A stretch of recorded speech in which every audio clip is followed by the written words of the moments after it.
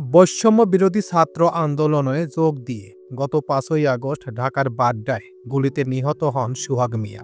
৫ ভাই বোনের মধ্যে সোহাগ ছিলেন দ্বিতীয়, তবে পরিবারের আশা ভরসা ছিল তাকে নিয়েই। সোহাগ মিয়া সুনামগঞ্জ জেলার জামালগঞ্জ উপজেলার গোলামীপুর গ্রামে আবুল কালামের ছেলে।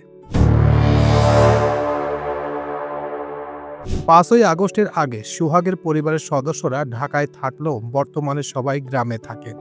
সোহাগের মা রোকেয়া বেগম বলেন, সোহাগকে বিদেশে পাঠানোর জন্য ৫,৮০,০০০ টাকা ঋণ নিয়ে এক দালালকে দিয়েছিলাম, কিন্তু সেই লোক সোহাগকে বিদেশে নিতে পারেননি আর টাকাও ফেরত দেয়নি। পরে ঋণের চাপে বাধ্য হয়ে সুনামগঞ্জ থেকে ঢাকায় চলে যায়। ঢাকায় সোহাগ একটি গার্মেন্টসে চাকরি নেয়। সেখানে আমাদের দিন ভালোই চলছিল, কিন্তু এরই মধ্যে দেশে ছাত্রদের আন্দোলন শুরু হয়। সোহাগ প্রতিদিনই আন্দোলনে যোগ দিত। ৫ই আগস্ট আন্দোলনে যোগ দিতে আমার ২ ছেলে বাসা থেকে বের হয়। বিকেলের দিকে সেজো ছেলে পায়ে গুলিবিদ্ধ হয়ে বাসায় ফিরলেও সোহাগ আর ফিরে না। পরে আমার বড় ছেলে সোহাগের নম্বরে কল দেয়। তখন এক ছাত্র কল ধরে, সোহাগের গুলি লেগেছে, অবস্থা খারাপ, আপনারা হসপিটালে আসেন। বড় ছেলে হসপিটালে গিয়ে দেখে সোহাগ মারা গেছে। রোকেয়া বেগম বলেন, সোহাগকে নিয়েই আমাদের সব আশা ভরসা ছিল। ভেবেছিলাম ছেলেটা বিদেশে যেতে পারলে ধীরে ধীরে ঋণ পরিশোধ করব। পরে আর একটা ছেলেকে বিদেশে পাঠাবো, কিন্তু সব শেষ হয়ে গেছে। ছেলেটাও নাই, তার ওপর ঋণের বোঝা তো আছেই। কান্নাজয়িত কণ্ঠে তিনি বলেন, আমার ছেলেটারে 5টা গুলি মারছে। একটা মানুষের মারতে কয়টা গুলি করা লাগে? ছেলেটা গুলি খেয়ে উঠে আর দৌড় দিতে পারে নাই, জায়গায় পড়ে গেছে। ছেলেটার কথা মনে হলে দুনিয়াটা অন্ধকার হয়ে যায়। ছেলের কবরের পাশে দিনে রাতে বসে থাকি, ছেলেকে ডাকি, কিন্তু ছেলে তো আর ফিরে না। দুঃখের কথা আর কার কাছে বলবো? ছেলের কথা মনে হলে কান্না করি। সারাদিন কবরের পাশেই যাই, বাড়িতে আসি, বলেন রোকেয়া বেগম।